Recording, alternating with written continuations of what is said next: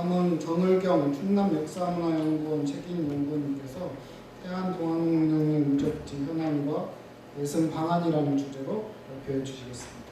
네, 안녕하세요. 충남역사문화연구원에서 근무하고 있는 정을경입니다. 제가 오늘 발표할 주제는 태안 지역의 동학농민혁명과 관련된 유적지가 몇 개나 있고 이것들의 현황을 파악한 다음에 계승할 수 있는 방안에 대한 고민을 같이 해보는 주제입니다. 저희 연구원이 4년 동안 충남 지역 동학농민혁명 관련된 연구 사업을 좀 크게 진행을 했습니다. 그래서 저희가 일단 충남 동학농민혁명 이야기라는 개설서를 충남 지역 동학을 가지고 처음으로 개설서를 만들었고요. 그 교재를 토대로 저희가 지역을 나눴습니다. 그래서 5개의 번역으로 충남 지역 15개를 나눠서 그 지역마다 교재를 좀 활용하시라고 지역 교재를 만들어서 배포를 했고요. 그 다음에 이제 저희가 해야 할 역할이 뭐냐를 고민하다가 충남 지역 전체에서 동학농민과 관련된 유적을 한 번도 전수조사를 한 적이 없는데 전수조사를 한번 해보자라고 해서 전수조사를 했습니다. 그래서 관련된 유적 94개를 현장조사를 해서 저희가 정확한 위치를 좀 파악을 했고요. 그 위치가 파악되는 유적들에 한해서는 저희가 관련 자료들이 일일이 있는지 확인을 하는 작업을 했습니다. 지도라는 전자지도를 만들어서 서비스를 했습니다. 이게 좀 나름 활용이 많이 된 사례고요. 그리고 나서는 저희가 이 교재도 만들고 지도도 만들었는데 할 수 있는 일이 뭘까를 고민하다가 충남 15개 시군을 대상으로 해서 동학농민혁명 관련 강의를 하면서 답사를 다니고 본인들이 살고 있는 고장에 동학과 관련된 유적들이 뭐가 있는지를 좀 알 수 있는 그런 것들을 1년 동안 하면서 이제 동학농민혁명이라고 한다면 충남 지역에서 거주하시는 분들은 전라도가 아니라 충남 지역만의 고유한 어떤 동학농민혁명의 역사성을 좀 알고 계실 수 있게 저희가 좀 방안을 마련하는 작업들을 좀 진행을 했습니다. 충남 일단 15개 시군이 너무 넓습니다. 그래서 저희가 유적 전수조사하면서 좀 고민을 많이 했는데 일단 94개의 유적은 저희가 출연했고요. 이거를 이제 동학농민혁명이니까 이거 관련돼서 이제 종류나 이런 유형들을 좀 나눠놓는 작업을 했습니다. 그래서 다음 장 보시면 유적들을 좀 유형별로 나눠봤습니다. 그래서 이렇게 해서 94개, 그다음에 지역별로 좀 나눠봤습니다. 그래서 보면 15개 시군 중에서 동학농민 관련 문화유산을 가장 많이 보유하고 있는 지역이 어디냐라고 보면 공주입니다. 공주가 총 23개의 동학 관련 문화유산을 보유하고 있고요. 이것을 또 관광자원으로 굉장히 잘 활용하고 있는 지역이다라고 말씀드릴 수 있을 것 같습니다. 그럼 94개 유적 중에 국가유산으로 지정된 경우는 몇 건인지를 좀 살펴봤더니 14건으로 6.7%에 그치는 아주 아쉬운 수치가 나왔습니다. 다음으로는 이제 태안 지역으로 넘어와서요. 태안 지역에 동학농민 관련 유산이 얼마나 있는지를 좀 살펴보겠습니다. 자, 위에 표에서도 보시겠지만 태안 지역에 관련된 동학 관련 유적은 7개입니다.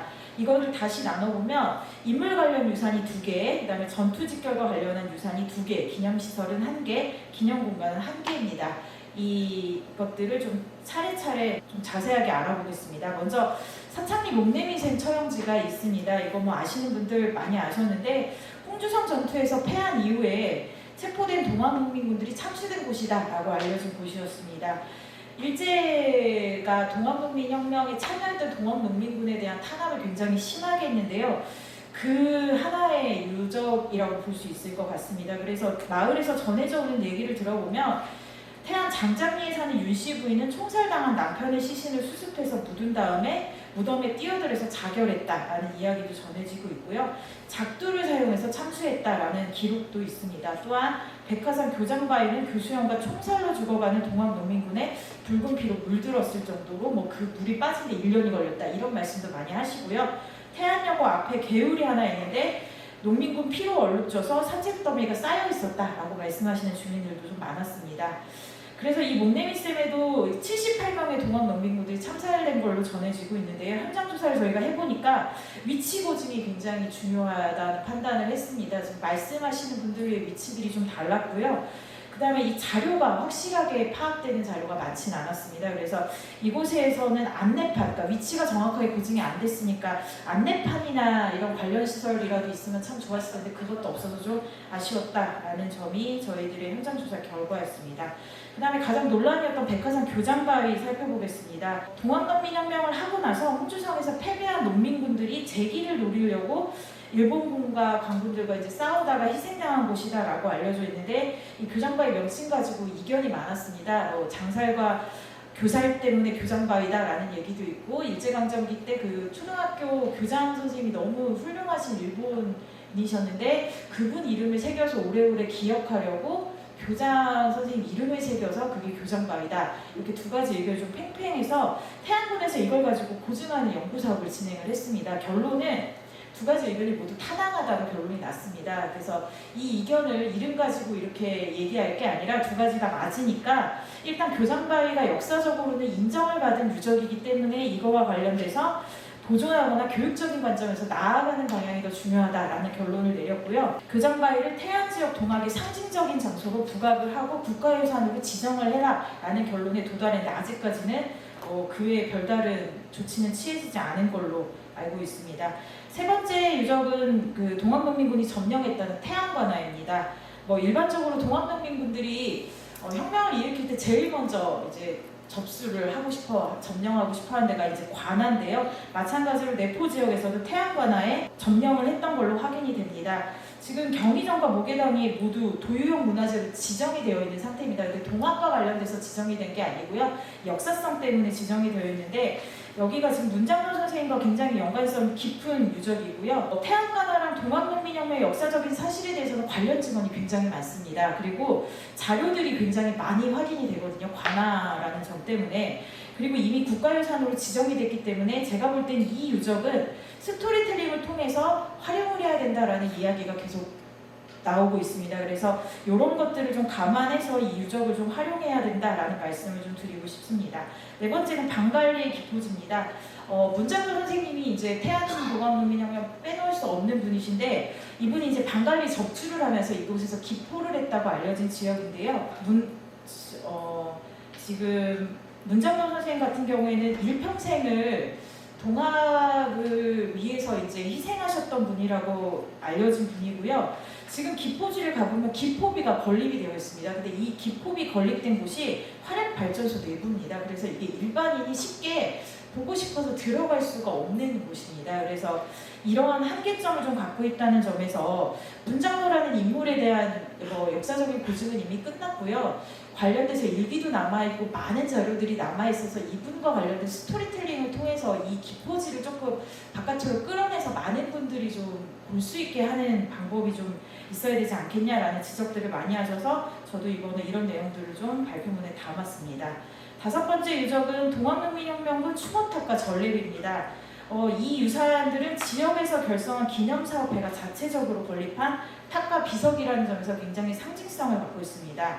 근데 다른 유산들과 연계가 된다거나 공원처럼 만들어가지고 이거를 좀 많은 사람들이 굳이 이걸 보려고 오는 게 아니라 거기를 이제 오다 보면 이 기념비랑 탑을 볼 수 있게 만드는 방안을 좀 모색해야 된다라는 점에서 저희가 이런 거를 좀 제안을 드렸고요. 여섯 번째는 통계처형지입니다. 태안 지역 동학농민군이 참살된 곳으로 알려진 곳인데요. 지금 앞에서도 말씀드렸지만 태안 지역 동학농민혁명 유적은 이 아픈 역사를 갖고 있는 유적들이 좀 많습니다. 그래서 이런 것들을 통해서 좀 안내판을 선치한 지금 아무것도 없거든요. 그래서 교육이나 답사 장소로 활용할 수 있는 방안, 그래서 대중성을 좀 확보할 수 있는 방안을 고민을 해야 된다라고 말씀을 드릴 수 있습니다. 그리고 일곱 번째로는 기념관이 있습니다. 이 기념관이 충남에서는 굉장히 상징성을 갖고 있는 저도 기대를 굉장히 많이 했는데 충남에서는 처음 있는 기념관입니다. 동학이라는 이름으로. 그런데 지금 앞에서도 말씀하셨지만 좀 아쉬운 측면이 많이 있습니다. 일단 관련된 유산들이 많지 않고요. 그리고 지금 가보면 이제 태안 지역의 동학농민혁명 기념관이 아니라 약간 전체, 전라도와 충남을 좀 전체를 아우르는 듯한 느낌을 받아서 좀 아쉽다는 말씀이 많이 나오는데 컨텐츠 확보가 중요한데 이 컨텐츠라는 얘기를 자꾸 드리는데 태안 지역만 가지고 본다면 자료가 많이 남아있어요. 근데 이거를 활용을 제대로 못하고 있는 상황이어서 그 부분이 참 안타깝다 이런 말씀을 좀 드릴 수 있을 것 같습니다. 세 번째는 제가 이제 이 유적들을 어떻게 계승할 거냐라는 걸 가지고 이제 글을 좀 썼는데요. 일단 두 가지로 유형을 나눴습니다. 전투지와 인물 관련 유적 이렇게 두 가지로 나눠놨는데요. 일단 전투지 먼저 보겠습니다. 동학농민혁명 전투지가 국가유산으로 지정된 게 있는지 확인을 해봤더니 홍천의 풍암리 동학혁명군 전적지, 완주의 대둔산 동학농민혁명 전적지 이렇게 이걸 포함해서 11건이 지금 현재 국가유산으로 지정이 되어 있습니다. 그럼 이게 퍼센테이지가 얼마나 되냐? 계산을 해봤더니 2.6%입니다. 굉장히 낮죠? 이 중에 전투지와 관련된 유산은 딱 6건입니다. 충남의 전투지에서 그러면 국가유산으로 지정된 건 뭐냐 살펴봤더니 공주 우금치 전적이 사적으로 유일하게 국가유산으로 지정이 되어 있습니다. 국가유산으로 근데 지정이 되지 않았더라도 지자체별로 유적들을 중심으로 공원을 조성했다거나 기념비를 세웠다거나 안내판을 세우는 등 굉장히 다양하게 활용하고 있다는 걸 저도 이 발표문을 정리하면서 확인을 했습니다.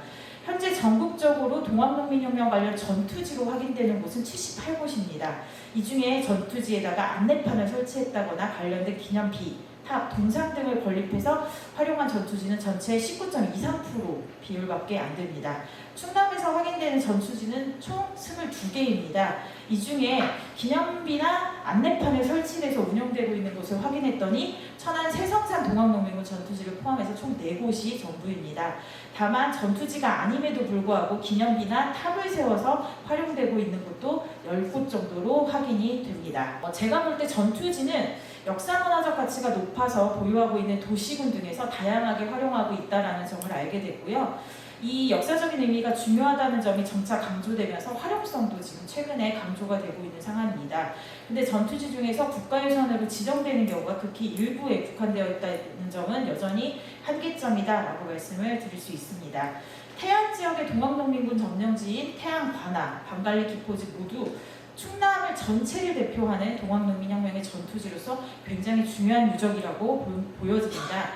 이것은 모두 역사적인 가치를 인정받았는데 국가유산으로 지정해서 현재 체계적인 관리가 이루어지지 않고 있다라고 해서 제가 볼 때는 국가유산으로 지정을 해서 좀 체계적인 관리를 일단 하는 게 우선순위가 아닐까라는 생각이 들어서 정확한 위치를 고증하고 관련 자료들을 좀 체계화하는 작업을 한 다음에 국가유산으로 지정되기 위한 노력을 좀 하는 게 맞다라고 생각을 해서 제안을 했습니다. 두 번째로 인물 및 생가터는 과연 어떤 현황인지를 좀 살펴보겠습니다. 인물 관련이거나 인물의 생가터 또는 처형지 등의 유적이 국가유산으로 지정된 경우는 굉장히 적습니다. 대부분 국가지정보다는 지자체가 지정하는 경우가 대부분인 것으로 확인이 됐습니다. 이거는 왜 그럴까 생각을 해보니까 관련 인물과 직접적인 연관을 갖고 있으나 대부분 터라는 빈 곳이라는 이 특정 위치를 지정할 수 없다는 한계점 때문인 것으로 보여집니다. 근데도 국가유산으로 지정된 경우를 살펴보면 관련 인물이 역사적으로 상당한 의미를 갖고 있을 경우에 지정이 됐던 것으로 판단이 됩니다. 인물과 관련된 유적은 대부분 생가라서 생가를 복원했다, 그 다음에 생가터 표시를 알리는 표지판을 세우는 등의 형태를 유지를 하고 있고 더 나아가면 이 인물을 기념하기 위한 교육반 등이 건립이 되어 있는 경우가 좀 많았습니다. 그리고 국가유산으로 지정된 이 인물과 관련된 유적에는 안내판을 좀 설치를 했다는 점에서 해안 지역 다른 지역에 비해서 동학농민군이 집단적으로 처형된 곳이 좀 많이 남아 있습니다. 그래서 처형지가 국가유산으로 지정된 경우는 현재까지는 확인이 되지 않지만 가까이의 공주 지역에서 용목이라고 해서 공주 지역 우금치 전투에서 전사한 농민군들이 좀 죽은 곳이다라는 이곳이 공주 지역 지자체 자체에서 향토유산으로 지정해서 안내판도 세워놓고 비석이나 조형물을 세워놔서 공원으로 조성을 해놓은 사례가 태안 지역에서 굉장히 주목되는 사례가 아닐까라고 해서 안내를 좀 드리고요. 제 생각에는 이 목내미센 처형지랑 통계 처형지 모두 향토유산으로 지정을 해서 태안군에서 먼저 관심을 갖고 역사를 좀 자연스럽게 주민들에게 체득할 수 있는 기회를 마련하는 게 적당하지 않을까라고 생각을 해서 제안을 드렸습니다. 네, 발표는 이상으로 마치겠습니다. 감사합니다. 네, 감사합니다. 정의경 박사는 근무하고 있는 충남 역사문화연구원에서 동학 관련 업무를 하고 있어서 그런지 그런 여러 가지 방안이라든지 유적지 활용 방안에 대해서 발표를 잘 해주셨습니다. 다시 한번 큰 박수 부탁드립니다.